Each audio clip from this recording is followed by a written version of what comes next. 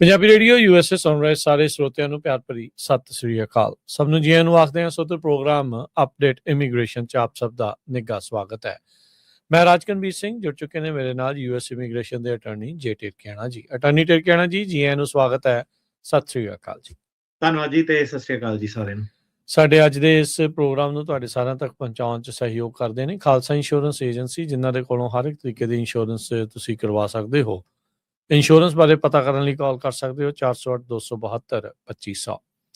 ਟਿਰਕਿਆਣਾ immigration ਲਾ firm US immigration ਦਾ ਹੋਵੇ ਕਿਸੇ ਵੀ ਤਰੀਕੇ ਦਾ ਕੰਮ, ਕਾਲ ਅਟਾਰਨੀ ਜੇ ਟਿਰਕਿਆਣਾ 415 909 0503।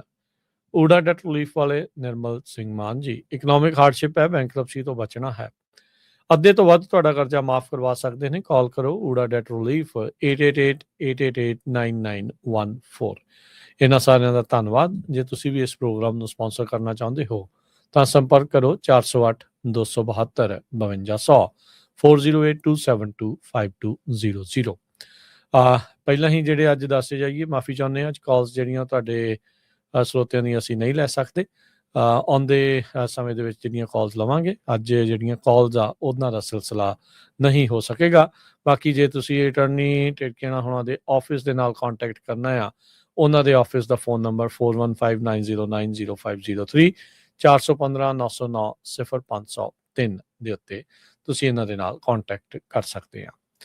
ਅਟਾਰਨੀ ਟਿਰਕਿਆਣਾ ਜੀ, ਗੱਲਬਾਤ ਕਰਾਂਗੇ ਜੋ ਇਮੀਗ੍ਰੇਸ਼ਨ ਦੇ ਮਾਮਲੇ ਦੇ ਵਿੱਚ ਇਹ ਚੀਜ਼ਾਂ ਜਿਹੜੀਆਂ ਸਾਹਮਣੇ ਆ ਰਹੀਆਂ, ਕੀ ਕੋਰਟਸ ਦੇ ਵਿੱਚ ਹੋ ਰਿਹਾ ਆ, ਵੱਖ-ਵੱਖ ਕੇਸਾਂ ਦੇ ਬਾਰੇ ਕਿੱਦਾਂ ਆ, ਜੱਜਿਸ ਨੂੰ ਲੈ ਕੇ ਕੀ ਆ, ਸੋ ਸਾਰੀਆਂ ਚਰਚਾਵਾਂ ਜਿਹੜੀਆਂ ਕਰਾਂਗੇ। ਜਿੱਦਾਂ ਸੁਪਰੀਮ ਕੋਰਟ ਦਾ ਵੀ ਪਿਛਲੀ ਵਾਰੀ ਵੀ ਆਪਾਂ ਫੈਸਲੇ ਦੇ ਉੱਤੇ ਡਿਸਕਸ ਜਿਹੜਾ ਉਹ ਕੀਤਾ ਸੀਗਾ।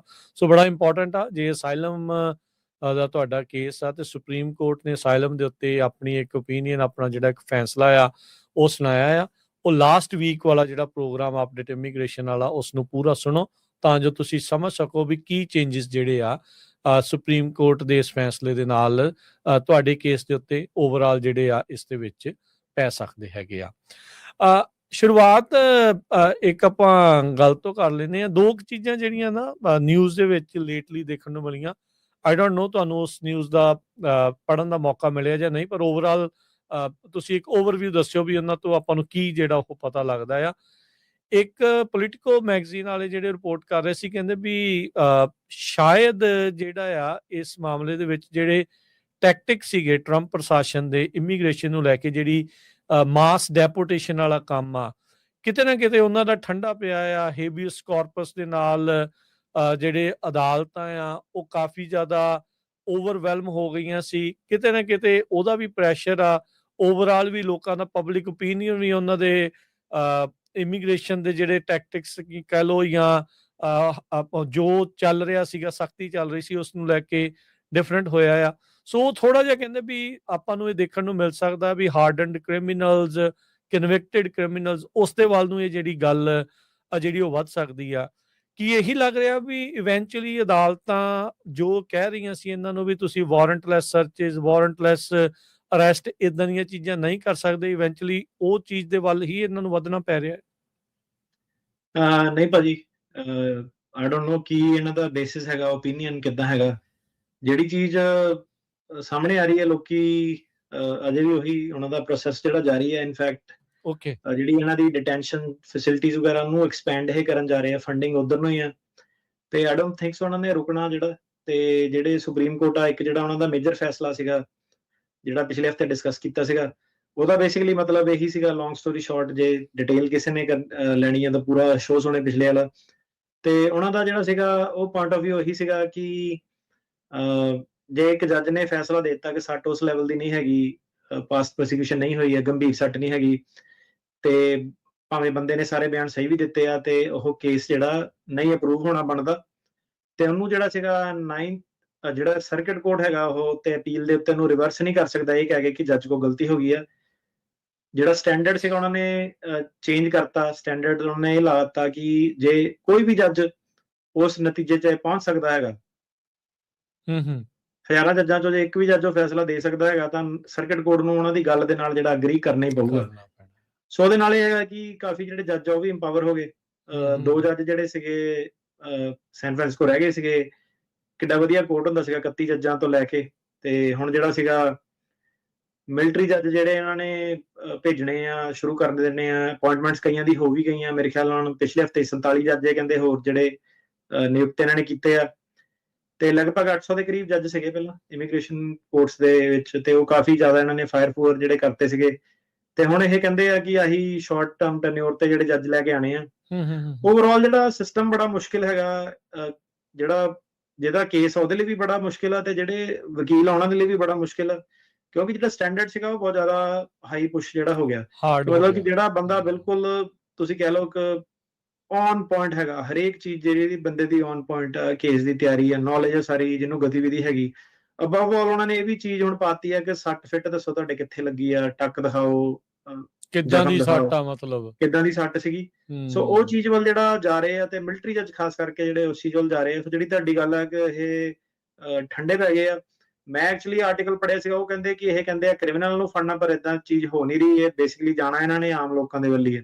ਓਕੇ ਉਦਾਂ ਵੈਸੇ ਇੱਕ ਹੋਰ ਨਿਊਜ਼ ਜਿਹੜੀ ਆਪਾਂ ਵੀ ਸ਼ੇਅਰ ਕੀਤੀ ਸੀ ਵੀ ਆਈਸ ਦੇ ਏਜੰਟ ਆ, ਉਹਨਾਂ ਨੇ ਅਦਾਲਤ ਦੇ ਵਿੱਚ ਆਪ ਹੀ ਜਿਹੜਾ ਉਹ ਕਿਹਾ ਸੀਗਾ ਵੀ ਸਾਨੂੰ ਰੋਜ਼ 8 ਜਾਣਿਆਂ ਨੂੰ ਗ੍ਰਿਫਤਾਰ ਕਰਨ ਦੇ ਲਈ, ਡਿਟੇਨ ਕਰਨ ਦਾ ਜਿਹੜਾ ਕੋਟਾ ਮਿਲਦਾ ਸੀਗਾ, ਵੀ ਆਹ ਤੁਹਾਡਾ ਟੀਚਾ ਆ ਵੀ ਇੰਨੇ ਕਰੋ।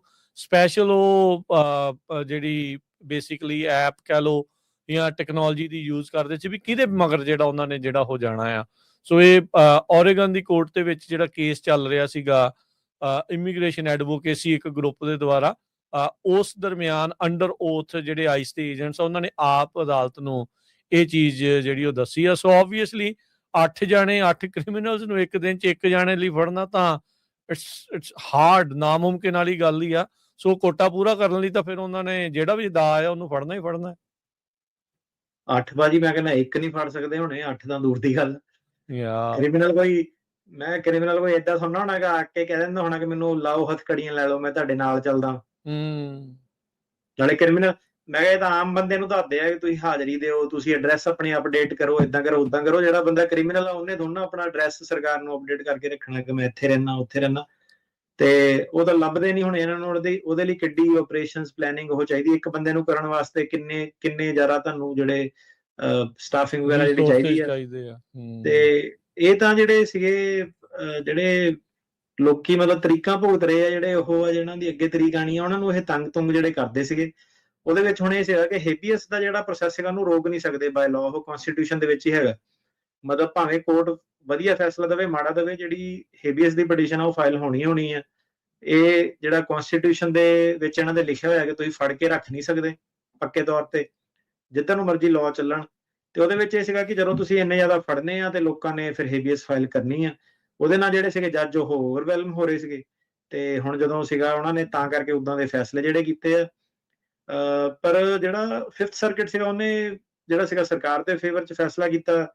9th ਸਰਕਟ ਨੇ ਪੂਰਾ ਸਰਕਾਰ ਦੇ ਫੇਵਰ 'ਚ ਤਾਂ ਨਹੀਂ ਕੀਤਾ, ਪਰ ਜਿਹੜਾ 9th ਸਰਕਟ ਦਾ ਵੀ ਸੀਗਾ ਪਿਛਲੇ ਹਫ਼ਤੇ ਜਿਹੜਾ ਫੈਸਲਾ ਸੀਗਾ ਕਿ ਲੋਕਾਂ ਨੂੰ ਫੜ ਕੇ ਰੱਖ ਸਕਦੇ ਨਹੀਂ, ਉਹ ਤਕਰੀਬਨ ਜਿਹੜਾ ਸੀਗਾ ਸਰਕਾਰ ਦੇ ਫੇਵਰ 'ਚ ਸੀਗਾ। 8th ਸਰਕਟ ਦੇ ਫੈਸਲੇ ਦੀ ਆਪਾਂ ਵੇਟ ਕਰ ਰਹੇ, ਹੁਣ ਉਹ ਕਿੱਧਰ ਨੂੰ ਆਉਂਦਾ। ਤੇ ਕੁੱਲ ਮਿਲਾ ਕੇ ਇਹ ਸੁਪਰੀਮ ਕੋਰਟ ਦੇ ਕੋਲ ਗੱਲ ਜਾਣੀ ਆ। ਹੁਣ ਪੇਪਰ ਦੇ ਵਿੱਚ ਪਤਾ ਨਹੀਂ ਉਹ ਕੀ ਸੋਚਦੇ ਆ, ਕੀ ਡਿਸਾਈਡ ਕਰਦੇ ਆ, ਪਰ ਡਿਸਾਈਡ ਸੁਪਰੀਮ ਕੋਰਟ ਨੇ ਇਹ ਕਰਨਾ ਕਿ ਹੁਣ ਇੰਨੇ ਸਾਲਾਂ ਤੋਂ ਇਮੀਗ੍ਰੈਂਟ ਜਿਹੜੇ ਰਹਿ ਰਹੇ ਸੀਗੇ, ਕੰਮਕਾਰ ਜਿਹੜੇ ਕਰ ਰਹੇ ਆ, ਇਹਨਾਂ ਦਾ ਦੇਸ਼ ਆ ਜਿਹੜਾ ਉਹ ਚੱਕਾ ਰਨ ਕਰ ਰਹੇ ਆ, ਰੈਸਟੋਰੈਂਟ ਚਲਾ ਰਹੇ ਆ, ਖੇਤਾਂ 'ਚ ਕੰਮ ਕਰ ਰਹੇ ਸਾਰਾ। ਕਿ ਤੁਸੀਂ ਉਹਨਾਂ ਨੂੰ ਮਤਲਬ ਇਹ ਕਹਿ ਰਹੇ ਆ ਕਿ ਇਹਨਾਂ ਨੂੰ ਜਦੋਂ ਮਰਜ਼ੀ ਚੱਕਿਆ ਜਾ ਸਕਦਾ, ਫੜ ਕੇ ਰੱਖਿਆ ਜਾ ਸਕਦਾ, ਕਿ ਤੁਸੀਂ ਉਹਨਾਂ ਨੂੰ ਛੋਟ ਦੇਣੀ ਆ। ਸਵਾਲ ਉੱਥੇ ਆ ਜਾਂਦਾ, ਹਵਾ ਜਿਹੜੀ ਕਿੱਧਰਲੇ ਪਾਸੇ ਨੂੰ ਚੱਲੀ ਹੋਈ ਆ। ਗੱਲ ਹਿਊਮੈਨਿਟੇਰੀਅਨ ਬੇਸਿਸ ਦੀ ਆ ਗਈ ਕਿ ਇੱਕ ਅਸਾਈਲਮ ਦਾ ਸਿਧਾਂਤ ਸੀਗਾ। ਚਲੋ ਇਹ ਲੜਾਈਆਂ ਵੀ ਕਾਫੀ ਹੱਥ ਪੈਰ ਹੁੰਦੇ ਹੀ ਆ ਇਹ ਦੇਸ਼ ਦੇ ਵੀ ਜੀ। ਇੱਕ ਉਹ ਸੀਗਾ ਕਿ ਡੀਸਟੇਬਲਾਈਜੇਸ਼ਨ ਤਾਂ ਪੂਰੀ ਦੁਨੀਆ 'ਚ ਹੋਈ ਆ ਪਿਛਲੇ 40 ਸਾਲਾਂ 'ਚ ਵੀ ਤੁਸੀਂ ਦੇਖ ਲਓ। ਤੇ ਪੋਲੀਟੀਕਲ ਬੇਸਿਸ ਤੇ, ਰਿਲੀਜੀਅਸ ਬੇਸਿਸ ਤੇ, ਹੋਰ ਕਈ ਜਿੱਦਾਂ LGBTQ ਲਗਾ ਲਓ, ਕਈ ਰੀਜ਼ਨ ਹੁੰਦੇ ਆ ਲੋਕੀ ਜਿਹੜੇ ਡਿਸਪਲੇਸ ਹੋ ਕੇ ਇੱਧਰ ਉੱਧਰ ਜਾਂਦੇ ਆ। ਤੇ ਆ ਜਿਹੜਾ ਅਮਰੀਕਾ ਸੀਗਾ ਫੋਰਫਰੰਟ ਤੇ ਸੀਗਾ, ਅਸਾਈਲਮ ਸੁਲਮ ਦਿੰਦਾ ਸੀਗਾ। ਇਹਨਾਂ ਨੇ ਇੱਕ ਤੁਸੀਂ ਕਹਿ ਲਓ ਕੋਈ ਨੈਗੇਟਿਵ ਜੀ ਕਨੋਟੇਸ਼ਨ ਹੁਣ ਕਿ ਜਿੱਦਾਂ ਅਸਾਈਲਮ ਸੀਕਰ ਉਹ ਵਰਡ ਏਦਾਂ ਬਣਾਤਾ। ਤੁਸੀਂ ਯੂਰਪ 'ਚ ਵੀ ਦੇਖ ਲਓ ਕਿ ਠੀਕ ਆ ਅਬਿਊਜ਼ ਵੀ ਬੜਾ ਹੈਗਾ ਪ੍ਰੋਸੈਸ ਦਾ, ਪਰ ਉਹਨੂੰ ਇੱਕ ਨੈਗੇਟਿਵ ਜਿਹਾ ਵਰਡ ਬਣਾਤਾ ਕਿ ਅਸਾਈਲਮ ਸੀਕਰ ਕਿ ਸਾਰੇ ਬੰਦੇ ਝੂਠ ਹੀ ਜਿੱਦਾਂ ਬੋਲਦੇ ਆ।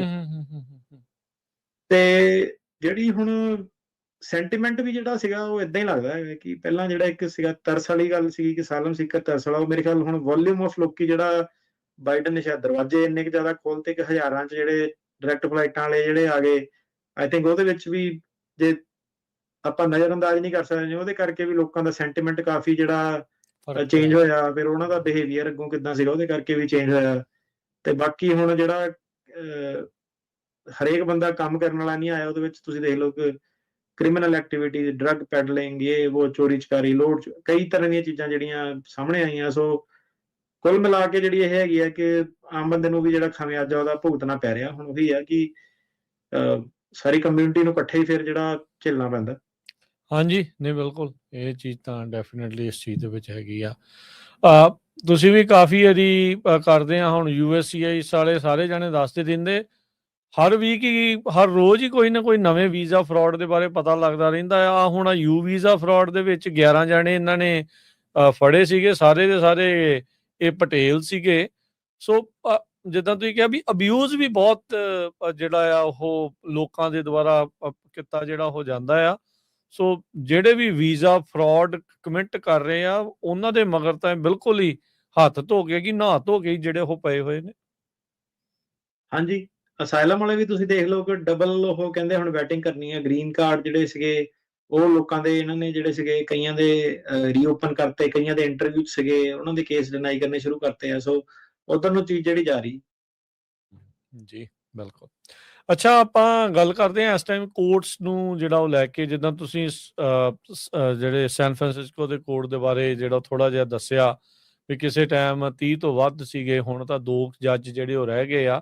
ਸੋ ਸਟੇਟ ਆਫ ਥਿੰਗਸ ਕਿੱਦਾਂ ਚੱਲ ਰਹੀ ਆ ਇਨਸਾਈਡ ਦਾ ਕੋਰਟਸ? ਜਿੱਦਾਂ ਸਟੇਟ ਆਫ ਦਾ ਯੂਨੀਅਨ ਹੁੰਦਾ, ਸਟੇਟ ਆਫ ਕੋਰਟਸ ਕੀ ਹੈ ਜੀ ਇਸ ਟਾਈਮ? ਜਿਹੜੇ ਰਾਜ ਕਰਨ ਜੀ ਵਧੀਆ ਜੱਜ ਸੀਗੇ ਨਾ, ਉਹਨਾਂ ਨੂੰ ਤਾਂ ਇਹਨਾਂ ਨੇ ਕੱਢ ਹੀ ਦਿੱਤਾ। ਜਿਹੜੇ ਇਹਨਾਂ ਨੂੰ ਪਤਾ ਹੀ ਸੀਗਾ ਕਿ ਇਹ ਕੇਸ ਪਾਸ ਕਰਦੇ ਆ ਜੱਜ, ਉਹ ਕੱਢ ਦਿੱਤੇ ਬਾਹਰ। ਮਤਲਬ ਕਿ ਕੋਈ ਉਹਨਾਂ ਨੂੰ ਰਾਈਮ ਰੀਜ਼ਨ ਨਹੀਂ ਸੀਗਾ, ਸਿੱਧਾ ਹੀ ਜਿਹਦਾ ਨੋਟਿਸ ਹੀ ਆਇਆ। ਕਾਫੀ ਜਿਹੜੇ ਇਹਨਾਂ ਨੇ ਬਾਹਰ ਕੱਢੇ, ਪਲੈਨਿੰਗ ਤਾਂ ਐਕਚੁਅਲੀ ਕਾਫੀ ਪਹਿਲਾਂ ਤੋਂ ਚੱਲਦੀ ਸੀ। ਪਿਛਲੇ ਸਾਲ ਇਹਨਾਂ ਨੇ ਇਹੀ ਕੀਤਾ, ਪਹਿਲਾਂ ਇਹਨਾਂ ਨੇ ਵਧੀਆ ਜੱਜ ਬਾਹਰ ਕੱਢੇ। ਜਿਹੜੇ ਜੱਜ ਹੁਣ ਮੋਡਰੇਟ ਸੀਗੇ, ਨਹੀਂ ਕਰਦੇ ਸੀਗੇ, ਜਾਂ ਜਿਹਨਾਂ ਨੂੰ ਬਾਹਰ ਨਹੀਂ ਕੱਢ ਸਕਦੇ, ਜ਼ਿਆਦਾ ਟੈਨਿਓਰ ਵਾਲੇ ਸੀਗੇ, ਉਹ ਹਾਲਾਤ ਹੀ ਇਦਾਂ ਦੇ ਬਣਾਤੇ ਕਿ ਜੱਜ ਆਪ ਹੀ ਰਿਜ਼ਾਈਨ ਕਰ ਗਏ। ਤੁਸੀਂ ਦੇਖ ਲਓ ਕਿ ਉਹ ਆਪ ਹੀ ਰਿਜ਼ਾਈਨ ਕਰ ਗਏ, ਕਿ ਮਾਹੌਲ ਹੀ ਇਦਾਂ ਦਾ ਬਣਾਤਾ, ਹੌਸਟਾਈਲ ਬਣਾਤਾ ਕਿ ਬੰਦੇ ਨੂੰ ਹੁਣ ਕੱਲਾ ਜੌਬ ਸੈਲਰੀਆਂ ਸਭ ਕੁਝ ਨਹੀਂ ਹੁੰਦਾ। ਬੰਦਾ ਆਪਣਾ ਉਤੋਂ ਪਰੇ ਵੀ ਸੋਚਦਾ ਕਿ ਤੁਸੀਂ ਇੱਕ, ਜਿੱਦਾਂ ਹੁਣ ਤੁਸੀਂ ਆਹੀ ਦੱਸਿਆ ਕਿ ਕੋਟਾ ਆ ਕੇ ਇਹਨੇ ਫੜ ਕੇ ਲੈ ਕੇ ਆਓ, ਜ਼ਰੂਰੀ ਨਹੀਂ ਕਿ ਸਾਰੇ ਆਈਸ ਏਜੰਟ ਵੀ ਐਗਰੀ ਕਰਦੇ ਆ। ਕਈ ਆਈਸ ਏਜੰਟ ਨੇ ਵੀ ਜਿਹੜਾ ਰਿਜ਼ਾਈਨ ਕਰਤਾ ਸੀਗਾ, ਕਾਫੀ ਤਾਦਾਦ 'ਚ ਕੀਤਾ ਸੀਗਾ।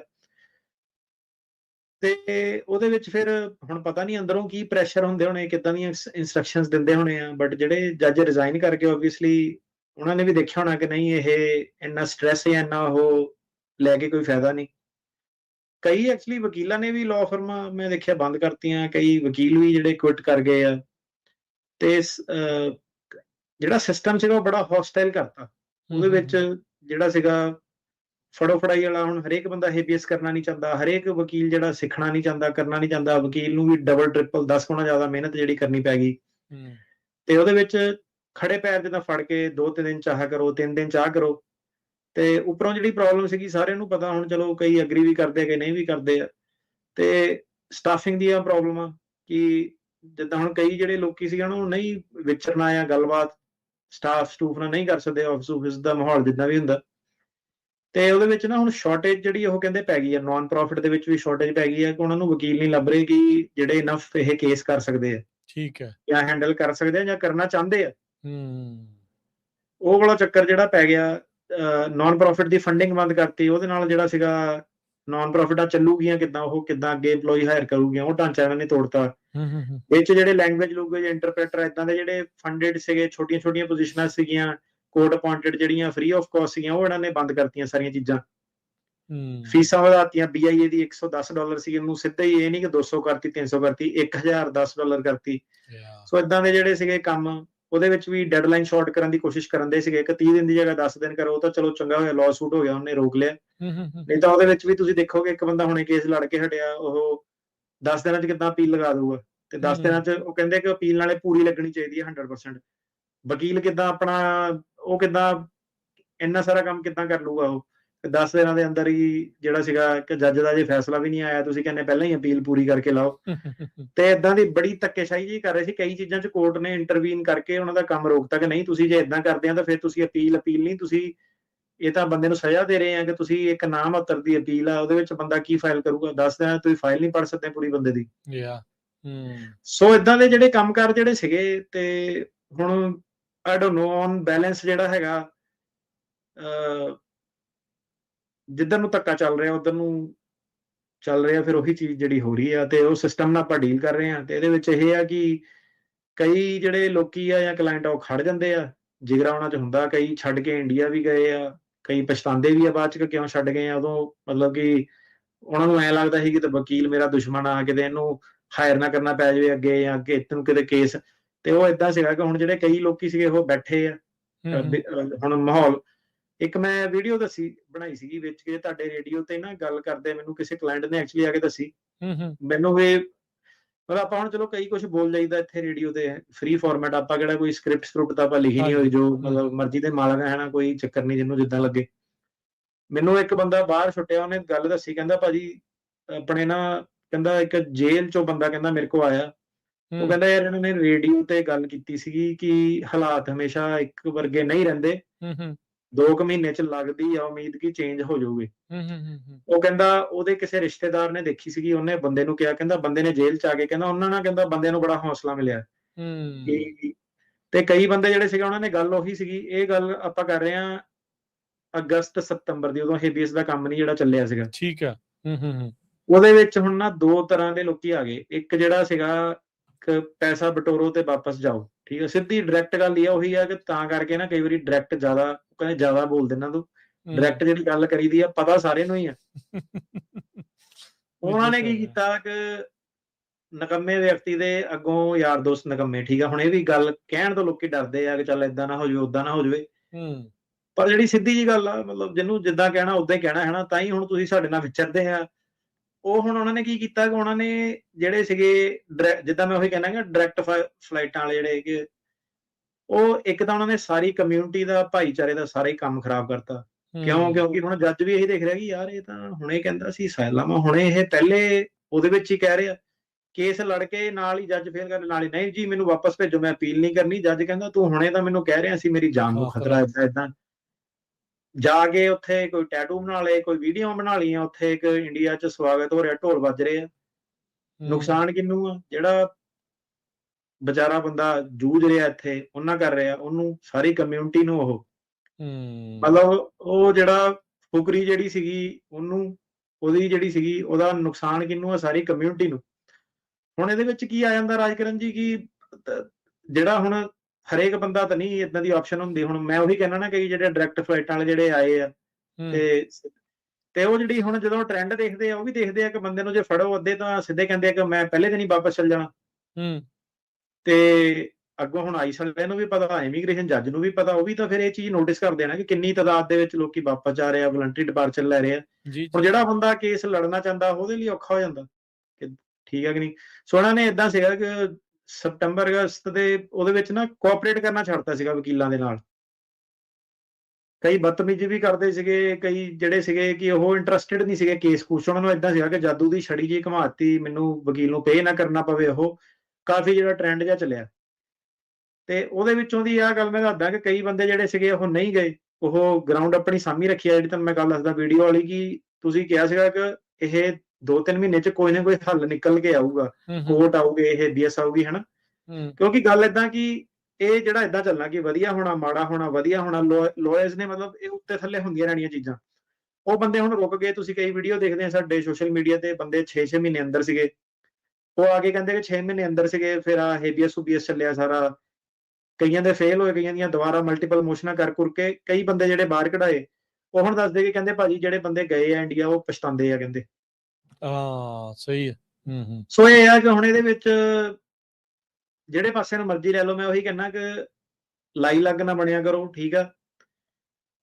ਆਪਣਾ ਕੇਸ ਜਿਹੜਾ ਤੁਹਾਡਾ ਡਿਫਰੈਂਟ ਸਿਨੈਰੀਓ ਜਿਹੜੇ ਹੈਗੇ ਆ, ਜਿਹੜਾ ਤੁਹਾਨੂੰ ਮੱਤ ਦੇ ਰਿਹਾ, ਉਹਦਾ ਕੇਸ ਹੋ ਸਕਦਾ 2022 'ਚ ਪਾਸ ਹੋਇਆ ਹੋਵੇ, 23 'ਚ ਹੋਇਆ, ਡਿਫਰੈਂਟ ਕਲਾਈਮੇਟ ਜਿਹੜਾ ਹੋ ਗਿਆ।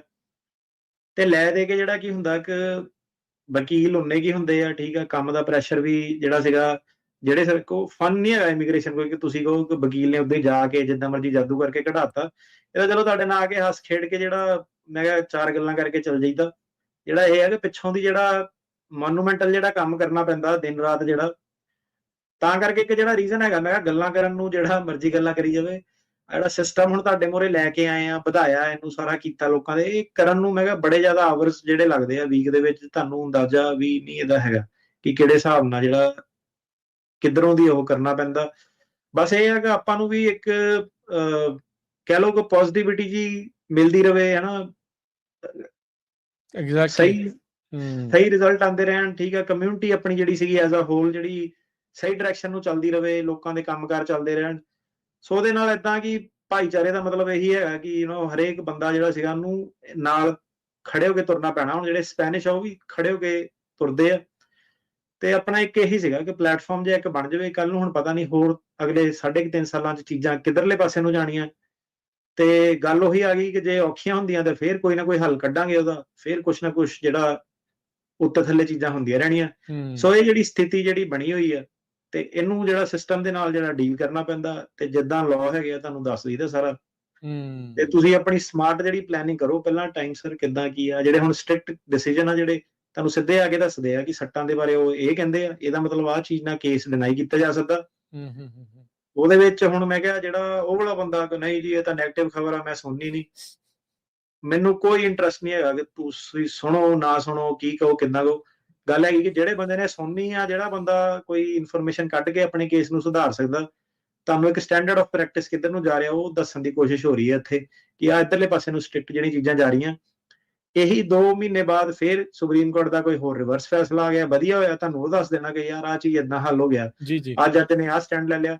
ਸੋ ਇਹ 3.5 ਸਾਲ ਜਿਹੜਾ ਸੀਗਾ, ਜਿਹੜਾ ਤੁਹਾਡਾ ਕੁਐਸਚਨ ਸੀਗਾ ਕਿ ਚੀਜ਼ਾਂ ਕਿੱਧਰ ਨੂੰ ਜਾ ਰਹੀਆਂ, ਮੇਰੇ ਪੁਆਇੰਟ ਆਫ View ਨਾਲ ਕੋਈ ਏਦਾਂ ਦਾ ਨਹੀਂ ਮੈਨੂੰ ਦਿਖ ਰਿਹਾ ਕਿ ਇਹ ਚੀਜ਼ਾਂ ਕੋਈ ਸਟਾਪ ਹੋ ਜਾਣੀਆਂ। ਮਿਡ ਟਰਮ ਇਲੈਕਸ਼ਨ ਤੋਂ ਬਾਅਦ ਬੜਾ ਕੁਝ ਚੇਂਜ ਹੋ ਸਕਦਾ, ਬਟ 6 ਮਹੀਨੇ ਆਉਣ ਵਾਲੇ ਸਰਕਾਰ ਨੇ ਆਪਣੀ ਕੋਸ਼ਿਸ਼ ਪੂਰੀ ਕਰਨੀ ਹੈ ਕਿ ਕੋਈ ਨਾ ਕੋਈ ਪੰਗੇ, ਇਹ ਬੀਐਸ ਦੇ ਵਿੱਚ ਪੰਗੇ, ਤੇ ਉਹ ਨਵੇਂ ਪੰਗੇ ਲੈ ਕੇ ਆਉਂਦੇ ਆ, ਤੇ ਉਹਦੇ ਆਪਾਂ ਫਿਰ ਨਵੇਂ ਤੋੜ ਕੱਢੀ, ਤੇ ਬਸ ਆਹੀ ਹੈਗੀ ਲਾਅ ਪ੍ਰੈਕਟਿਸ ਸਾਰੀ। ਬਿਲਕੁਲ। ਬਾਕੀ ਨਾਲੇ ਅਟਾਰਨੀ ਟਿਰਕੈਣਾ ਜੀ ਇਹ ਵੀ ਗੱਲ ਆ ਨਾ ਵੀ ਚਲੋ ਤੁਸੀਂ ਨਹੀਂ ਸਾਨੂੰ ਸੁਣੋਗੇ, ਜਿਹਦੇ ਮੂਹਰੇ ਕੇਸ ਆ ਜੱਜ ਕਿੱਦਾਂ ਸੋਚਦਾ ਉਹਦਾ ਤੁਹਾਨੂੰ ਦੱਸ ਰਹੇ ਵੀ ਇਸ ਟਾਈਮ ਕੀ ਜਿਹੜੀ ਸਥਿਤੀ ਆ ਕੋਰਟਸ ਦੀ ਆ, ਮੈਂ ਕਿੱਦਾਂ ਦੇਖਣਾ, ਹੋਰ ਤੁਹਾਡੇ ਦੋਸਤਾਂ ਮਿੱਤਰਾਂ ਨੇ ਰਿਸ਼ਤੇਦਾਰਾਂ ਨੇ ਕਿੱਦਾਂ ਦੇਖਣਾ, ਉਹ ਮੈਟਰ ਨਹੀਂ ਕਰਦਾ। ਮੈਟਰ ਉਹ ਕਰਦਾ ਵੀ ਅਦਾਲਤ ਦੇ ਵਿੱਚ ਜਿਹਨੇ ਐਕਚੁਅਲੀ ਤੁਹਾਡੀ ਗੱਲ ਸੁਣ ਕੇ ਤੁਹਾਡੇ ਨਾਲ ਜੋ ਵਾਪਰਿਆ ਉਹਦੇ ਹਿਸਾਬ ਨਾਲ ਸੁਣ ਕੇ ਕੀ ਫੈਸਲਾ ਲੈਣਾ ਆ, ਉਹਦਾ ਮੈਟਰ ਕਰਦਾ, ਤੇ ਉਹਦੇ ਬਾਰੇ ਜਿਹੜੀ ਇਸ ਦੇ ਵਿੱਚ ਆਪਾਂ ਤੁਹਾਡੇ ਨਾਲ ਗੱਲ ਜਿਹੜੀ ਸ਼ੇਅਰ ਕਰ ਰਹੇ ਹਾਂ। ਅਟਾਰਨੀ ਟਿਰਕੈਣਾ ਜੀ, ਗਾਰਡੀਅਨਸ਼ਿਪ ਦੇ ਕੇਸਿਸ ਦਾ ਵੀ ਆਪਾਂ ਨੂੰ ਪਤਾ ਵੀ ਬਹੁਤ ਦੌਰ ਚੱਲਿਆ ਸੀਗਾ, ਉਹਦੇ ਨਾਲ ਕਾਫੀ ਕੁਛ ਸੀਗਾ। ਹੁਣ ਕੀ ਇਸ ਟਾਈਮ ਲੇਟੈਸਟ ਅਪਡੇਟ ਹੈਗੀ ਹੈ ਗਾਰਡੀਅਨਸ਼ਿਪ ਦੇ ਕੇਸਿਸ ਨੂੰ ਲੈ ਕੇ? ਸੋ ਗਾਰਡੀਅਨਸ਼ਿਪ ਦੇ ਵਿੱਚ ਉਹਨਾਂ ਨੇ ਇੱਕ ਫੈਸਲਾ ਕਰਤਾ ਜਿਹੜਾ ਕਿ ਕਾਫੀ ਮਾੜਾ ਫੈਸਲਾ ਲੋਕਾਂ ਦੇ ਲਈ। ਉਹਨਾਂ ਨੇ ਕੀ ਕਿਹਾ ਕਿ ਗਾਰਡੀਅਨਸ਼ਿਪ ਦੇ ਵਿੱਚ ਹੁਣ ਨਾ ਵੇਟਿੰਗ ਹੁੰਦੀ ਹੈ, ਡੇਟ ਕਰੰਟ ਨਹੀਂ ਹੁੰਦੀ। ਜਿੱਦਾਂ ਹੁਣ 2023 ਚੱਲਦੀ ਹੈ, ਮਤਲਬ ਕਿ ਜਿਹਨੇ 2023 ਚ ਫਾਈਲ ਕੀਤਾ ਸੀਗਾ ਉਹ ਹੁਣ ਜਿਹੜਾ ਗ੍ਰੀਨ ਕਾਰਡ ਆਪਣਾ ਫਾਈਲ ਕਰ ਸਕਦਾ 2026। ਸੋ ਲਗਭਗ ਲਾ ਲਓ ਤੁਸੀਂ 3 ਸਾਲ ਦੀ ਵੇਟ ਆ, ਪਹਿਲਾਂ ਇਹ 5 ਸਾਲ ਦੀ ਸੀਗੀ, ਸੋ ਥੋੜੀ ਜਿਹੀ ਇਹ ਜੰਪ ਕਰ ਗਈ। ਮਤਲਬ ਜਿਹਨੇ 2023 ਚ ਕੀਤਾ ਸੀਗਾ ਉਹ ਹੁਣ ਕਰ ਸਕਦਾ। ਜਿਹੜਾ ਇਹਦੇ ਲਈ ਹੁਣ ਕੀ ਹੋਣਾ ਹੁੰਦਾ ਕਿ ਜਿਹੜਾ ਜੱਜ ਹੈਗਾ ਉਹ ਏਦਾਂ ਨਾ ਹੋਵੇ ਕਿ ਤੁਹਾਡਾ ਕੇਸ ਫੇਲ ਹੋ ਜਾਵੇ ਤੇ ਜੱਜ ਤੁਹਾਨੂੰ ਰਿਮੂਵਲ ਦੇ ਦੇਵੇ, ਡਿਪੋਰਟ ਕਰ ਦੇਵੇ। ਇਹਦੇ ਵਿੱਚ ਜਿਹੜਾ ਸੀਗਾ BIA ਉਹਨੇ ਕੀ ਕਹਿਤਾ ਕਿ ਕਿਸੇ ਜੱਜ ਨੇ ਏਦਾਂ ਕੇਸ ਅੱਗੇ ਕੰਟੀਨਿਊ ਕੀਤਾ ਹੋਣਾ ਕਿ ਤੇਰੀ ਤਰੀਕ ਮੈਂ ਅੱਗੇ ਪਾਣਾ, ਤੇ ਸਰਕਾਰੀ ਵਕੀਲ ਦੇਖ ਲਓ ਤੁਸੀਂ, ਉਹਨਾਂ ਨੂੰ ਹਦਾਇਤਾਂ, ਉਹਨਾਂ ਨੇ ਉਹ ਚੀਜ਼ ਅਪੀਲ ਕਰਤੀ ਕਿ ਲੈ ਜੱਜ ਕੇਸ ਬੰਦ ਕਿਉਂ ਕਰ ਰਿਹਾ, ਉਹ ਅੱਗੇ ਕਿਉਂ ਕਰ ਰਿਹਾ। BIA ਕਹਿੰਦੀ ਆ ਕਿ ਤੁਸੀਂ ਜੱਜ ਨੂੰ ਉਹ ਪਾਵਰ ਨਹੀਂ ਹੈਗੀ, ਤੁਸੀਂ ਕੇਸ ਗਾਰਡੀਅਨਸ਼ਿਪ ਇਹਨੇ ਕੀਤੀ ਆ ਜਾਂ ਇਹਦੀ ਅਪਰੂਵ ਵੀ ਹੋਈ ਆ, ਤੁਸੀਂ ਇਹਦੇ ਬੇਸ ਤੇ ਇਹਦਾ ਜਿਹੜਾ ਕੇਸ ਸੀਗਾ ਉਹ ਅੱਗੇ ਨਹੀਂ ਕਰ ਸਕਦੇ, ਜੱਜ ਕੋਲ ਪਾਵਰ ਨਹੀਂ ਹੈਗੀ। ਸੋ ਇਹਦੇ ਨਾਲ ਕੀ ਆ, ਹੁਣ ਮੰਨ ਲਓ ਕਿ ਕਿਸੇ ਦਾ ਗਾਰਡੀਅਨਸ਼ਿਪ ਅਪਰੂਵ ਆ ਜਾਂ ਕੁਛ ਆ, ਤੇ ਉਹ ਸਾਲ ਬਾਅਦ ਗ੍ਰੀਨ ਕਾਰਡ ਮੰਨ ਲਓ ਫਾਈਲ ਕਰ ਸਕਦਾ, ਸਾਰਾ ਕੁਝ ਉਹਦਾ ਵੱਟ ਤੇ ਪਿਆ। ਪਰ ਉਹਦੀ ਤਰੀਕ ਮੰਨ ਲਓ ਜੁਲਾਈ ਦੇ ਵਿੱਚ ਆ ਗਈ, ਉਹਨੇ ਜੱਜ ਨੂੰ ਕਹਿਣਾ ਕਿ ਤੂੰ ਆਪਣਾ ਫੈਸਲਾ ਸੁਣਾ ਇਹਦੇ ਉੱਤੇ, ਤੇ ਫੈਸਲੇ ਦੇ ਵਿੱਚ ਹੋਰ ਔਂਕੜਾਂ ਬਥੇਰੀਆਂ। ਇਹ ਖਬਰ ਹੁਣ ਤੁਹਾਨੂੰ ਕਰਨ ਦਾ ਕੀ ਮਤਲਬ ਹੈਗਾ, ਇਹਦੇ ਵਿੱਚ ਕਿਸੇ ਆ ਕਿ ਲੋਕਾਂ ਦਾ ਜਿਹੜਾ ਰਵੱਈਆ ਸਹੀ ਹੋਵੇ, ਕਿ ਤੁਸੀਂ ਗਲਤ ਆਪਣਾ ਕੋਈ ਪੁੱਠੇ ਸੱਜਣ ਮਿੱਤਰ ਦੀ ਸਲਾਹ ਨਾ ਮੰਗੋ। ਕਿਉਂਕਿ ਕੀ ਆ ਕਿ ਲੋਕਾਂ ਦੇ ਵਿੱਚ ਨਾ ਇਹਨਾਂ ਨੇ ਕੀ ਆ ਪਰਸੈਪਸ਼ਨ ਫੈਲਾਤੀ, ਕਿਉਂਕਿ ਤੁਹਾਨੂੰ ਉਹੀ ਦੱਸਿਆ ਕਿ ਵੈਦ, ਹਕੀਮ, ਵਕੀਲ ਹਰ ਕੋਈ ਬਣਿਆ ਫਿਰਦਾ ਅੱਜ ਕੱਲ। ਉਹਨੇ ਕਹਿਣਾ ਨਹੀਂ ਤੇਰੇ ਵਕੀਲ ਦੀ ਪ੍ਰੋਬਲਮ ਆ, ਉਹ ਜਿੱਦਾਂ ਮਰਜ਼ੀ ਬੰਦ ਕਰਾਵੇ, ਤੇ ਜਿਹਦਾ ਗਾਰਡੀਅਨ ਹੋਇਆ ਹੁੰਦਾ ਉਹ ਏਦਾਂ ਮਤਲਬ ਕਿ ਹਥਿਆਰ ਸੁੱਟ ਕੇ ਬੈਠਾ ਹੁੰਦਾ ਜਿੱਦਾਂ ਪਤਾ ਨਹੀਂ ਕੀ ਹੋ ਜਾਣਾ, ਕਿ ਜੱਜ ਨੇ ਉਹਦੇ ਫੇਵਰ 'ਚ ਹੀ ਕਰਨਾ, ਕਿਤੇ ਹੱਕ ਹੀ ਬਣਦਾ ਉਹਦਾ ਕਿ ਜੱਜ ਨੇ ਕੇਸ ਬੰਦ ਕਰਨਾ ਹੀ ਕਰਨਾ। ਉਹ ਕਈ ਵਾਰੀ ਬੰਦਾ ਕਹਿੰਦੇ ਮਰ ਜਾਂਦਾ ਕਿ ਨਹੀਂ ਯਾਰ, ਤੈਨੂੰ ਤਰੀਕ ਆਪਣਾ ਕੇਸ ਵੱਲ ਫੋਕਸ ਕਰਨਾ ਚਾਹੀਦਾ, ਤੈਨੂੰ ਲੜਨਾ ਚਾਹੀਦਾ, ਇਹਦੇ ਮਟੀਰੀਅਲ ਦੇ ਇਹਦਾ ਕਰ ਲਾ। ਉਹ ਕਹਿੰਦਾ ਨਹੀਂ, ਮੈਂ ਨਹੀਂ ਕਰਨਾ। ਉਹਦੇ ਵਿੱਚ ਕਈ ਵਾਰੀ ਫਾਈਨੈਂਸ਼ੀਅਲ ਵਾਲਾ ਵੀ ਆ ਜਾਂਦਾ ਕਿ ਲੈ ਕਿਤੇ ਮੈਂ ਕਿਉਂ ਅੱਗੇ ਕਰਾਂ, ਮੇਰਾ ਗਾਰਡੀਅਨਸ਼ਿਪ ਤੇ ਹੀ ਮੈਨੂੰ ਹੋਵੇ। ਸੋ ਤੁਹਾਨੂੰ ਇਹ ਲਾਅ ਤੁਹਾਡੇ ਸਾਹਮਣੇ ਲੈ ਕੇ ਆਉਣ ਦਾ ਮਕਸਦ ਇਹ ਹੈਗਾ ਕਿ ਉਹ ਭੁਲੇਖੇ ਦੇ ਵਿੱਚ ਨਾ ਰਹਿ ਜਾਓ। ਠੀਕ ਹੈ, ਸੇਮ ਸੱਜਣ ਮਿੱਤਰ ਨੇ ਬਾਂਹ 'ਚ ਬਾਂਹ ਨਹੀਂ ਫੜਨੀ ਤੁਹਾਡੀ ਜਦੋਂ ਜੱਜ ਨੇ ਤੁਹਾਡੀ ਤਰੀਕ ਅੱਗੇ ਨਹੀਂ ਵਧਾਈ। ਠੀਕ ਹੈ, ਸੋ ਇਹਨੂੰ ਸਿੰਪਲ ਅੱਖਰਾਂ ਦੇ ਵਿੱਚ ਕਲੀਅਰ ਹੋ। ਇਹ ਕੀ ਹੈ, ਗੱਲ ਠਾਹ ਕਰਕੇ ਲੱਗਦੀ ਕਈਆਂ ਦੇ, ਤਾਂ ਕਰਕੇ ਜਿਹੜਾ ਸੀਗਾ ਡਾਇਲੋਗਬਾਜ਼ੀ ਜ਼ਿਆਦਾ ਜਿਹੜੀ ਹੋ ਜਾਂਦੀ ਆ। ਪਰ ਜਿਹੜਾ ਹੁਣ ਕਾਨੂੰਨ ਆ ਇਹ ਆ ਗਿਆ, ਜੱਜ ਦੇ ਹੱਥ ਜਿਹੜੇ ਉਹਨਾਂ ਨੇ ਬੰਨ੍ਹਤੇ ਆ। ਠੀਕ ਹੈ। ਤੇ ਇਹਦਾ ਮਤਲਬ ਇਹ ਹੈਗਾ ਕਿ ਤੁਹਾਨੂੰ ਅਸਾਈਲਮ ਦੇ ਕੇਸਾਂ ਤੇ ਫੋਕਸ ਕਰਨਾ ਪੈਣਾ। ਗਾਰਡੀਅਨਸ਼ਿਪ ਹੋ ਸਕਦਾ ਕਿ ਤੁਸੀਂ ਫਿਨਿਸ਼ ਲਾਈਨ ਤੇ ਨਾ ਪਹੁੰਚ ਪਾਓ। ਜਿਹਨਾਂ ਦੇ ਵੀ ਗਾਰਡੀਅਨਸ਼ਿਪ ਵਾਲੇ ਜਿਹੜੇ ਹੈਗੇ ਆਪਣੇ ਜਿਹੜੇ ਅਸਾਈਲਮ ਦੇ ਕੇਸ ਜਿਹਨਾਂ ਦੇ ਲੱਗੇ ਆ, ਉਹ ਫੋਕਸ ਕਰਨਾ ਸ਼ੁਰੂ ਕਰੋ। ਕਈ ਲੋਕਾਂ ਦੇ, ਇੱਕ ਮੈਨੂੰ ਕਿਸੇ ਨੇ ਸਵਾਲ ਪੁੱਛਿਆ ਸੀਗਾ ਕਿ ਮੇਰਾ ਅਸਾਈਲਮ ਦਾ ਕੇਸ ਨਹੀਂ ਚੱਲਦਾ, ਇਹਦਾ ਮਤਲਬ ਇਹੀ ਹੈ ਜਾਂ ਉਹ ਸੇਫ ਆਇਆ ਸੀ ਜਾਂ ਹੋਇਆ ਕਿ ਮੈਨੂੰ ਵੀ ਪ੍ਰੋਬਲਮ ਆ। ਨਹੀਂ, ਉਹਨੂੰ ਨਹੀਂ ਪ੍ਰੋਬਲਮ ਹੈਗੀ। ਜਿਹੜਾ ਬੰਦਾ ਰਿਮੂਵਲ ਪ੍ਰੋਸੀਡਿੰਗ 'ਚ ਅਜੇ ਨਹੀਂ ਹੈਗਾ ਜਾਂ ਸਿਰਫ ਅਸਾਈਲਮ ਆਫਿਸ ਮੁਰੇ ਆਇਆ, ਜਿਹਨੂੰ ਐਂਟੀ ਇਸ਼ੂ ਨਹੀਂ ਹੋਇਆ, ਜਿਹੜਾ ਫੜਿਆ ਨਹੀਂ ਗਿਆ, ਇਮੀਗ੍ਰੇਸ਼ਨ ਕੋਰਟ ਮੁਰੇ ਨਹੀਂ ਹੈਗਾ, ਉਹਨੂੰ ਇਹ ਪ੍ਰੋਬਲਮ ਨਹੀਂ ਹੈਗੀ। ਪਰ ਜਿਹੜਾ ਬੰਦਾ ਬਾਰਡਰ ਥਾਣੀ ਆਇਆ ਸੀਗਾ, ਜਿਹਨੂੰ ਫੜ ਲਿਆ ਸੀਗਾ, ਜਿਹਨੂੰ ਨੋਟਿਸ ਟੂ ਅਪੀਅਰ ਇਸ਼ੂ ਆ, ਜਾਂ ਜਿਹਨੂੰ ਨਹੀਂ ਹੋਇਆ ਸੀ, ਉਹਨਾਂ ਨੇ ਅਸਾਈਲਮ ਆਫਿਸ ਭੇਜਤਾ ਸੀ, ਪਰ ਹੁਣ ਅਸਾਈਲਮ ਆਫਿਸ ਨੇ ਉਹਨਾਂ ਦਾ ਕੇਸ ਜਿਹੜਾ ਸੀਗਾ, ਤੁਸੀਂ ਕਹ ਲਓ ਇੱਕ ਤਰ੍ਹਾਂ ਰਿਜੈਕਟ ਕਰਕੇ ਉਹਨਾਂ ਨੂੰ ਕਿਹਾ ਕਿ ਕੋਰਟ ਮੁਰੇ ਜਾਓ। ਪਰ ਜਿਹੜਾ ਜੱਜ ਮੁਰੇ ਜਿਹੜੇ ਚਲੇ ਗਏ, ਇਮੀਗ੍ਰੇਸ਼ਨ ਕੋਰਟ ਮੁਰੇ ਜਿਹੜੇ ਚਲੇ ਗਏ, ਉਹਨਾਂ ਨੂੰ ਇਹ ਦਿੱਕਤ ਜਿਹੜੀ ਆਣੀ ਆ। ਉਹਨਾਂ ਨੂੰ ਆਪਣੇ ਜਿਹੜਾ ਸੀਗਾ, ਜਿਹਨਾਂ ਦੇ ਅਸਾਈਲਮ ਕੇਸ ਹੈਗੇ, ਉਹਨਾਂ ਨੂੰ ਉਹਨਾਂ ਤੇ ਵਰਕ ਕਰਨਾ ਪੈਣਾ। ਸੋ ਉਹ ਚੀਜ਼ ਜਿਹੜੀ ਸੀਗੀ ਕਾਫੀ ਪੁੱਠੀ ਸਲਾਹ ਆਪਣੀ ਕਮਿਊਨਿਟੀ 'ਚ, ਉਹ ਚੀਜ਼ ਨੂੰ ਜਿਹੜਾ ਤੁਸੀਂ ਸੁਧਾਰੋ। ਤੇ ਉਹ ਚੀਜ਼ ਤੁਸੀਂ ਥੋੜੀ ਤੁਹਾਨੂੰ ਦੱਸੀ ਤਾਂ ਏਦਾਂ ਕਿ ਜਿਹੜੇ ਸਹੀ ਆ ਜਵਾਕ ਜੂਕ ਹੈਗੇ, ਉਹਨਾਂ ਨੂੰ ਥੋੜੀ ਮੱਤ ਵੀ ਤੁਸੀਂ ਦਿਓ। ਠੀਕ ਹੈ, ਤਾਂ ਕਿ ਸਹੀ ਚੀਜ਼ ਜਿਹੜੀ ਸੁਣਨ। ਕਈ ਵਾਰੀ ਬਿਲਕੁਲ ਐਂਡ ਤੱਕ ਵੇਟ ਕਰਦੇ ਆ ਤੇ ਜੱਜ ਕਹਿੰਦਾ ਤੂੰ ਤੇ ਆਪਣੇ ਕੇਸ ਦੇ ਵਿੱਚ ਕੁਝ ਲਾਇਆ ਨਹੀਂ ਤੇ ਮੈਂ ਤੇਰਾ ਕੇਸ ਜਿਹੜਾ ਤੈਨੂੰ ਰਿਮੂਵ ਕਰਦਾ। ਤੇ ਉਹ ਫਿਰ ਜਿਹੜਾ ਸੀਗਾ ਗਾਰਡੀਅਨਸ਼ਿਪ ਵਗੈਰਾ ਕੋਈ ਵੀ ਚੀਜ਼ ਕੰਮ ਨਹੀਂ ਆਉਂਦੀ। ਨਹੀਂ, ਫਿਰ ਤਾਂ ਸਖਤੀ ਵੱਲ ਨੂੰ ਕੰਮ ਜਿਹੜਾ ਹਰ ਇੱਕ ਪਾਸੇ ਹੀ ਆ। ਸੋ ਬਿਲਕੁਲ, ਸੋ ਉਹੀ ਸਿਚੁਏਸ਼ਨ ਇਸ ਟਾਈਮ ਆਪਣੇ ਜਿਹੜੇ ਉਹ ਸਾਹਮਣੇ ਆ। ਮਿਲਟਰੀ ਜੱਜਿਸ ਦੀ ਤੁਸੀਂ ਗੱਲ ਕੀਤੀ ਸੀ ਵੀ 47 ਕੁ ਹੋਰ ਨਵੇਂ ਜਿਹੜੇ ਆ ਉਹ ਅਪੁਆਇੰਟ ਕਰ ਰਹੇ ਆ। ਇਹ ਮਿਲਟਰੀ ਜੱਜਿਸ ਕੀ ਜ਼ਿਆਦਾ ਇੱਦਾਂ ਦੀਆਂ ਜਿਹੜੇ ਕੋਰਟਸ ਆ ਉਹਨਾਂ ਵਿੱਚ ਆ ਜਿੱਥੇ ਜ਼ਿਆਦਾ ਪਹਿਲਾਂ ਕਹਿ ਲਓ ਵੀ ਕੇਸ ਪਾਸ ਕੀਤੇ ਜਾਂਦੇ ਸੀ, ਜਾਂ ਸਾਰੇ ਪਾਸੇ ਹੀ ਲਗਾਏ ਜਾ ਰਹੇ? ਸਾਰੇ ਪਾਸੇ ਹੀ ਆ। ਇਵਨ ਕੰਕਰਡ ਦੇ ਵਿੱਚ ਵੀ ਆ ਗਏ ਆ ਮਿਲਟਰੀ ਜੱਜਿਸ, ਤੇ ਥੱਲੇ ਵੀ ਜਿਹੜੇ ਸਦਰਨ ਕੈਲੀਫੋਰਨੀਆ 'ਚ ਉਹਦੇ ਵਿੱਚ ਵੀ ਮਿਲਟਰੀ ਜੱਜਿਸ ਆ ਗਏ ਆ। ਜ਼ਰੂਰੀ ਨਹੀਂ ਕਿ ਸਾਰੇ ਮਿਲਟਰੀ ਜੱਜਿਸ ਨੇ ਡਿਨਾਈ ਕਰਨਾ। ਕਈ ਮਿਲਟਰੀ ਜੱਜ ਵਧੀਆ ਵੀ ਹੈਗੇ ਨੇ। ਮੈਂ ਸੁਣਿਆ ਕਈਆਂ ਤੋਂ ਕਿ ਕਈ ਵਕੀਲਾਂ ਨੇ ਕਿਹਾ ਕਿ ਮਿਲਟਰੀ ਜੱਜ ਨੇ ਕੇਸ ਜਿਹੜਾ ਗ੍ਰਾਂਟ ਕਰਤਾ ਸੀਗਾ। ਤੇ ਪਰ ਜ਼ਿਆਦਾਤਰ ਜਿਹੜਾ ਸੀਗਾ ਮਿਲਟਰੀ ਜੱਜ ਦਾ ਜਿਹੜਾ ਸੀਗਾ, ਕਿਉਂਕਿ ਦੇਖੋ ਜਿਹੜਾ ਹੁਣ ਮਿਲਟਰੀ ਜੱਜ ਕੀ ਹੁੰਦਾ ਜਾਂ ਜੱਜ ਐਡਵੋਕੇਟ ਜਨਰਲ ਕੀ ਹੁੰਦਾ, ਕਿਸੇ ਵੀ ਕੰਟਰੀ 'ਚ ਉਹ ਸਰਕਾਰ ਲਈ ਕੰਮ ਕਰਦੇ। ਉਹਨਾਂ ਨੇ ਜਿਹੜੇ ਆਰਮੀ ਉਰਮੀ ਵਾਲੇ ਜਿਹੜੇ ਹੁੰਦੇ ਆ ਮਹਿਕਮਿਆਂ ਦੇ ਕੇਸ ਜਿਹੜੇ ਦੇਖਣੇ ਹੁੰਦੇ ਆ, ਉਹ ਇੱਕ ਡਿਫਰੈਂਟ ਸੈਟਿੰਗ ਹੁੰਦੀ ਆ। ਉਹ ਏਦਾਂ ਨਹੀਂ ਕਿ ਸਿਵਿਲੀਅਨ ਕੇਸ ਜਾਂ ਜੱਜ ਹੋਣੀ ਕਿ ਬਿਲਕੁਲ ਡਿਟੇਲ ਦੇ ਵਿੱਚ ਐਵੀਡੈਂਸ ਦੇ ਨਾਲ ਜਿਹੜਾ ਚੱਲਦੇ ਆ। ਉਹਨਾਂ ਦੇ ਡਿਫਰੈਂਟ ਰੂਲ ਸੈੱਟ ਜਿਹੜਾ ਹੁੰਦਾ, ਡਿਫਰੈਂਟ ਮਾਈਂਡ ਸੈੱਟ ਥੋੜਾ ਜਿਹਾ ਹੁੰਦਾ। ਜੇ ਤੁਹਾਡਾ ਕੇਸ ਵਾਕਈ ਸਟਰੋਂਗ ਹੈਗਾ, ਜੇ ਕੋਈ ਮਿਲਟਰੀ ਜੱਜਾਂ ਨੂੰ ਐਕਸਪੀਰੀਅੰਸ ਵੀ ਆ, ਉਹ ਇੱਧਰ ਉੱਧਰ ਕਈ ਕੰਟਰੀਆਂ 'ਚ ਗਏ ਵੀ, ਉਹਨਾਂ ਨੇ ਰੀਅਲ ਕਨਫਲਿਕਟ ਵੀ ਦੇਖਿਆ ਵਾ। ਕਈ ਲੋਕੀ ਹੋ ਸਕਦਾ ਕਿ ਕੰਬੈਟ ਜ਼ੋਨ ਦੇ ਵਿੱਚ ਉਹਨਾਂ ਨੇ ਪਾਰਟਿਸਿਪੇਟ ਵੀ ਕੀਤਾ, ਡਰਿਲਾਂ ਡਰੁਲਾਂ ਦੀ ਟ੍ਰੇਨਿੰਗ ਮਤਲਬ ਕਿ ਉਹ ਟਫ ਬੰਦੇ ਹੈਗੇ ਆ, ਉਹ ਪੋਲੇ ਬੰਦੇ ਨਹੀਂ ਹੈਗੇ। ਸੋ ਇਹ ਸੀਗਾ ਕਿ ਇੱਕ ਜਿਹੜੇ ਜੱਜ ਦਾ ਇੱਕ ਹੁਣ ਤਾਂ ਜਿਹੜਾ 9th ਸਰਕਿਟ ਨੇ ਜੇ ਕਹਿਤਾ ਕਿ ਸਿੰਪਲ ਹੌਕੀਆਂ ਜਾਂ ਡੰਡੇ ਵੱਜੇ ਆ, ਉਹਨੂੰ ਪਾਸਟ ਪ੍ਰੋਸੀਕਿਊਸ਼ਨ ਨਹੀਂ ਮੰਨਿਆ ਜਾਂਦਾ। ਤੇ ਉਹਦੇ ਵਿੱਚ ਮੈਨੂੰ ਲੱਗਦਾ ਮਿਲਟਰੀ ਜੱਜ ਦਾ ਜਿਹੜਾ ਸੀਗਾ ਉਹਨੂੰ ਕਨਵਿੰਸ ਕਰਨਾ ਜਿਹੜਾ ਮੁਸ਼ਕਿਲ ਹੋ ਜਾਣਾ। ਕਿਉਂਕਿ ਮਿਲਟਰੀ ਜੱਜ ਨੇ ਕਹਿਣਾ ਇੱਕ ਤਾਂ ਲਾਅ ਇਹ ਚੀਜ਼ ਕਹਿੰਦੀ ਆ ਕਿ ਇਹ ਸੱਟ ਉਸ ਲੈਵਲ ਦੀ ਨਹੀਂ, ਤੇ ਦੂਜਾ ਮੈਂ ਖੁਦ ਵੀ ਨਹੀਂ ਇਸ ਚੀਜ਼ ਨੂੰ ਮੰਨਦਾ। ਸੋ ਇਹ ਚੀਜ਼ ਸੀਗੀ ਕਿ ਲੈ ਦੇ ਕੇ ਮੁੱਕਦੀ ਗੱਲ ਇਹ ਕਿ ਮਿਲਟਰੀ ਜੱਜ ਹੈਗੇ ਬੜੇ ਰਿਸਪੈਕਟਫੁਲ ਨੇ, ਬੜਾ ਵਧੀਆ ਪ੍ਰੋਸੀਜਰ ਜਿਹੜਾ ਕਰਦੇ ਨੇ, ਪਰ ਉਹਨਾਂ ਨੇ ਜਿਹੜਾ ਸੀਗਾ ਲਾਅ ਜਿਹੜਾ ਹੁੰਦਾ ਸਰਕਾਰ ਦਾ ਜਿੱਦਾਂ ਹੁੰਦਾ, ਉਹਨੂੰ ਸਟ੍ਰਿਕਟ ਜਿਹੜੀ ਇੰਟਰਪ੍ਰੀਟੇਸ਼ਨ ਉਹਨੇ ਦੇਣੀ, ਉਹਨੇ ਕੋਈ ਉਹਦੇ ਵਿੱਚ ਢਿੱਲ ਨਹੀਂ ਕਰਨੀ ਹੈਗੀ। ਨਹੀਂ, ਬਿਲਕੁਲ ਇਹ ਤਾਂ ਸਹੀ ਗੱਲ ਆ। ਬਿਕੋਜ਼ ਉਹ ਜਿਸ ਤਰੀਕੇ ਦੇ ਨਾਲ ਜਿੱਦਾਂ ਤੁਸੀਂ ਦੱਸਿਆ ਵੀ ਜਿਹੜੇ ਹਿਸਾਬ ਨਾਲ ਉਹ ਉਹਨਾਂ ਨੇ ਦੇਖਿਆ ਆ, ਕੰਬੈਟ ਦੇਖਿਆ ਹੋਊਗਾ, ਕਈ ਕੁਝ ਦੇਖਿਆ ਆ। ਸੋ ਛੋਟੀ ਮੋਟੀ ਸੱਟ ਚੋਟ ਨੂੰ ਤਾਂ ਉਹ ਵੀ ਬਸ ਐਵੇਂ ਟਿੱਚ ਜਿਹਾ ਹੀ ਜਾਣਦੇ ਹੁੰਦੇ ਆ। ਸੋ ਮਤਲਬ ਲੋਕਾਂ ਦੇ ਲਈ ਉੱਤੋਂ ਸੁਪਰੀਮ ਕੋਰਟ ਦਾ ਲਾਅ ਜਿੱਦਾਂ ਤੁਸੀਂ ਦੱਸਿਆ, ਤੇ ਉੱਤੋਂ ਮਿਲਟਰੀ ਜੱਜ ਵੀ ਹੋਰ ਵੀ ਜ਼ਿਆਦਾ ਕੰਮ ਜਿਹੜਾ ਉਹ ਔਖਾ ਇਸ ਦੇ ਵਿੱਚ ਹੋ ਜਾਊਗਾ। ਸੋ BIA ਅਪੀਲਸ ਨੂੰ ਦੱਸਿਓ ਵੀ ਕੀ ਇਸ ਟਾਈਮ ਸਿਚੁਏਸ਼ਨ ਚੱਲ ਰਹੀ ਆ। ਤੁਸੀਂ ਵਿੱਚ ਹੁਣੇ ਜ਼ਿਕਰ ਕੀਤਾ ਸੀਗਾ ਵੀ ਇਹ 30 ਦਿਨ ਤੋਂ 10 ਦਿਨ ਕਰਨਾ ਚਾਹੁੰਦੇ ਸੀਗੇ। ਸੋ ਆਲਦੋ ਉਹਦੇ ਉਲਟ ਕੇਸ ਜਿਹੜਾ ਇਹਨਾਂ ਨੇ ਕੀਤਾ ਹੋਇਆ ਆ ਹੋਰ ਐਡਵੋਕੇਸੀ ਗਰੁੱਪਸ ਨੇ। ਸੋ BIA ਅਪੀਲਸ ਦਾ ਕਿੱਦਾਂ ਜਿਹੜਾ ਇਸ ਟਾਈਮ ਚੱਲ ਰਿਹਾ ਹੈਗਾ? ਜਿਹੜਾ 10 ਦਿਨ ਵਾਲਾ ਸੀਗਾ ਰੂਲ, ਉਹਨੂੰ ਤਾਂ ਠੱਲ ਪੈ ਗਈ, ਉਹ ਮਤਲਬ ਅੱਗੇ ਨਹੀਂ ਵਧੀਆ, ਲਾਅਸੂਟ ਹੋ ਗਿਆ, ਉੱਤੇ ਵੇਟ ਕਰਨੀ ਪੈਣੀ ਹੈ। ਉਹ ਮੈਨੂੰ ਲੱਗਦਾ ਵੈਸੇ ਵੀ ਬੇਕਾਰ ਦੀ ਚੀਜ਼ ਸੀਗੀ, ਕਿਉਂਕਿ ਸਰਕਟ ਕੋਰਟ ਨੇ ਵੀ ਐਗਰੀ ਨਹੀਂ ਕਰਨਾ ਕਿ ਤੁਸੀਂ ਧੱਕੇਸ਼ਾਹੀ ਕਰ ਰਹੇ ਹੋ, ਤੁਸੀਂ ਨਾਮ ਦੀ ਅਪੀਲ ਰੱਖਤੀ ਹੈ। ਉਹ ਚੀਜ਼ ਚਲੋ ਫਿਲਹਾਲ ਸਾਡੀ ਪ੍ਰੋਬਲਮ ਨਹੀਂ ਹੈਗੀ, ਉਹ ਪ੍ਰੋਬਲਮ ਫॉर ਅਦਰ ਡੇ ਆ। ਜਿਹੜੀ ਮੇਨ ਪ੍ਰੋਬਲਮ ਇਹ ਹੈਗੀ ਕਿ ਜਿਹੜੀ BIA ਆ ਉਹ ਬੋਲਦੀ ਆ ਪੂਰੀ ਸਰਕਾਰ ਦੀ, ਉਹ ਇੱਕ ਨਿਊਟਰਲ ਏਜੰਸੀ ਕਿਸੇ ਪਾਸੋਂ ਨਜ਼ਰ ਨਹੀਂ ਆ ਰਹੀ। ਉਹਨਾਂ ਨੇ ਸਾਰੇ ਜਿਹੜੇ ਵੀ ਫੈਸਲੇ ਦਿੱਤੇ ਆ, ਸਾਰੇ ਫੈਸਲੇ ਜਿਹੜੇ ਉਹਨਾਂ ਦੇ ਮਾੜੇ ਜਿਹੜੇ ਹੈਗੇ, ਜਿਹੜੇ ਲੀਡਿੰਗ ਫੈਸਲੇ ਨਹੀਂ ਹੁੰਦੇ ਕਿ ਇਮੀਗ੍ਰੇਸ਼ਨ ਕੋਰਟ ਨੂੰ ਕੀ ਕਰਨਾ ਚਾਹੀਦਾ, ਕੀ ਨਹੀਂ ਕਰਨਾ ਚਾਹੀਦਾ, ਭਾਵੇਂ ਉਹ ਗਾਰਡੀਅਨਸ਼ਿਪ ਦੇ ਹੋ ਗਏ, ਭਾਵੇਂ ਉਹ ਯੂ ਵੀਜ਼ੇ ਵਾਲੇ ਹੋ ਗਏ, ਭਾਵੇਂ ਉਹ ਸੱਟਾਂ ਨੂੰ ਲੈ ਕੇ ਹੋ ਗਏ, ਭਾਵੇਂ ਉਹ ਆਹ ਚੀਜ਼ ਹੋ ਗਈ ਕਿ ਕਿਹੜੇ ਬੰਦੇ ਨੂੰ ਫੜ ਕੇ ਰੱਖਿਆ ਜਾ ਸਕਦਾ ਕਿ ਨਹੀਂ ਰੱਖਿਆ ਜਾ ਸਕਦਾ। ਤਾਂ BIA ਦਾ ਸਿੱਧਾ ਏਦਾਂ ਲੱਗਦਾ ਕਿ ਜਿੱਦਾਂ ਐਗਜ਼ੈਕਟਲੀ ਉਹ ਜਿਹੜੀ ਸਰਕਾਰ ਦੀ ਬੋਲੀ ਆ ਉਹੀ ਬੋਲਦੇ ਆ ਕਿ ਕਿਹੜੇ ਹਿਸਾਬ ਨਾਲ ਲਾਅ ਜਿਹੜਾ ਚੱਲਣਾ ਚਾਹੀਦਾ। ਤੇ BIA ਜਿਹੜਾ ਹੈਗਾ ਉਹਦੇ ਵਿੱਚੋਂ ਦੀ ਇਸ ਵੇਲੇ ਕੋਈ ਉਮੀਦ ਨਹੀਂ ਕੀਤੀ ਜਾ ਸਕਦੀ ਕਿ ਉੱਥੋਂ ਤੁਸੀਂ ਕੇਸ ਜਿੱਤ ਸਕਦੇ ਆ, ਅਨਲੈਸ ਜੱਜ ਨੇ ਗਲਤੀ ਕੀਤੀ, ਕੋਈ ਲੀਗਲ ਉਹਦੀ ਗਲਤੀ ਆ, ਕੋਈ ਚੀਜ਼ ਉਹਨੇ ਰਿਵਿਊ ਨਹੀਂ ਕੀਤੀ ਸੀਗੀ ਇਦਾਂ ਦਾ। ਅਦਰਵਾਈਜ਼ ਉਹਨੇ ਕਹਿਣਾ ਕਿ ਜੋ ਜੱਜ ਨੇ ਕਿਹਾ ਉਹ ਸਹੀ ਕਿਹਾ। ਤੇ ਹੁਣ ਸੁਪਰੀਮ ਕੋਰਟ ਦੇ ਫੈਸਲੇ ਤੋਂ ਬਾਅਦ ਸਰਕਟ ਕੋਰਟ ਦਾ ਵੀ ਜਿਹੜਾ ਰਿਵਿਊ ਲਿਮਿਟਡ ਹੋ ਗਿਆ। ਠੀਕ ਹੈ ਜੀ। ਸੋ ਇਸ ਦੇ ਵਿੱਚ ਤੁਸੀਂ 9 ਸਰਕਟ ਤੇ ਸੁਪਰੀਮ ਕੋਰਟ ਦੇ ਫੈਸਲੇ ਦੀ ਵੀ ਜਿਹੜੀ ਉਹ ਗੱਲ ਕੀਤੀ ਸੀ।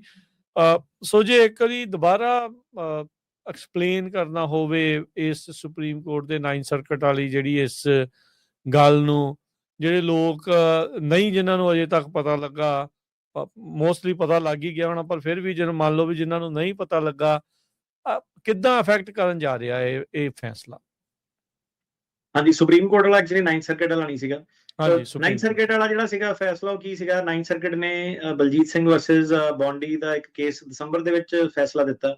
ਉਹਦੇ ਵਿੱਚ ਉਹਨਾਂ ਨੇ ਕਿਹਾ ਕਿ ਜੇ ਬੰਦੇ ਦੇ ਉੱਤੇ ਹਾਕੀ ਸਟਿੱਕਾਂ ਆ, ਉਹ ਪਾਰਟੀ ਦਾ ਕੇਸ ਸੀਗਾ, ਆਪਣੇ ਪੰਜਾਬੀ ਮਾਨ ਪਾਰਟੀ ਦਾ ਕੇਸ ਸੀਗਾ ਜੀ। ਉਹਨਾਂ ਨੇ ਸਿੱਧੇ ਕਿਹਾ ਕਿ ਜੇ ਬੰਦੇ ਤੇ ਹਮਲੇ ਹੋਏ ਆ ਸੋਟੀਆਂ ਨਾਲ, ਡੰਡਿਆਂ ਨਾਲ, ਜਿੱਦਾਂ ਕਿ ਮੈਜੋਰਟੀ ਆਫ ਕੇਸਾਂ 'ਚ ਹੈਗੇ ਆ, ਉਹ ਚੀਜ਼ ਨੂੰ ਆਪਾਂ ਪਾਸਟ ਪਰਸੀਕਿਊਸ਼ਨ ਨਹੀਂ ਮੰਨਦੇ ਹੈਗੇ। ਸੋ 9 ਸਰਕਟ ਨੇ ਕਹਿਤਾ।